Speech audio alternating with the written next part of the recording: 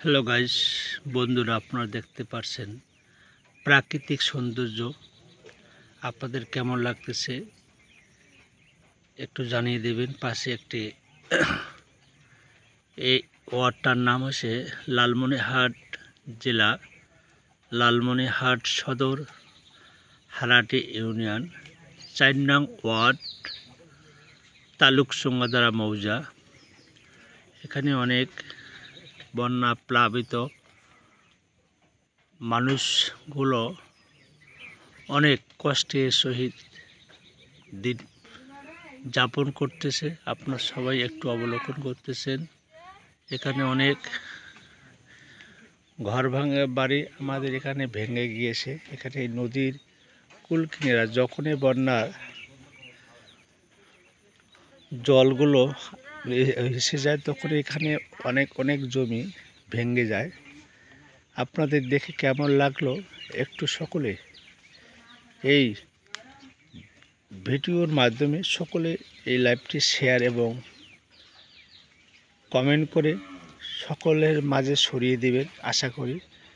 এখানে অনেক কষ্ট আমরা দেখতে পাচ্ছি। অনেক দাদা এখানে ওই যে নদীর কিনারা অনেক দূর এখান থেকে। পাশে একটু আপনাদেরকে আরও একটু অবলোকন করতেছি। পাশে একটু চর, এই চরটা এই দিকের কুল কিনারা ভেঙে আবার ওই দিকে চলে গিয়েছে। আপনারা একটু কেমন লাগলো একটু কমেন্টে জানাবেন। এখানে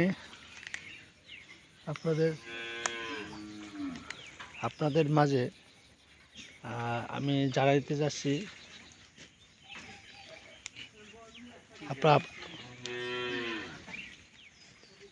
আপনারা একটু, আমি একজনকে জিজ্ঞাসা করব, এটা যখন বন্যা হয় তখন কি এটা কি কুল কিনারা কি ভাঙে? এই দিক ভাঙে না, ওই সাইডে আগে একটু একটু মুখে দেখে দাও তো দেখি কোন সাইডটা একটু ভাঙে। মানে ওই সাইডটা ভাঙে, ওই সাইডটা এখন আগে এই সাইডটা ভাঙছিল। আমাদের বাড়ি ঘর মানে আমার সারাইতে তাল পাই নাই, এখন আর এই সাইডটা ভাঙে না, এখন ভাঙে ওই সাইডটা। এই যে চরগুলো যে দেখা যাচ্ছে এটা তো এই ঠাকারে আসলো, তাই না? কুলকিনারাগুলো, হ্যাঁ, এখানে আমরা দেখতে পাচ্ছি কুলকিনারাগুলো এখান থেকে ভেঙে অনেক দূর গিয়েছে।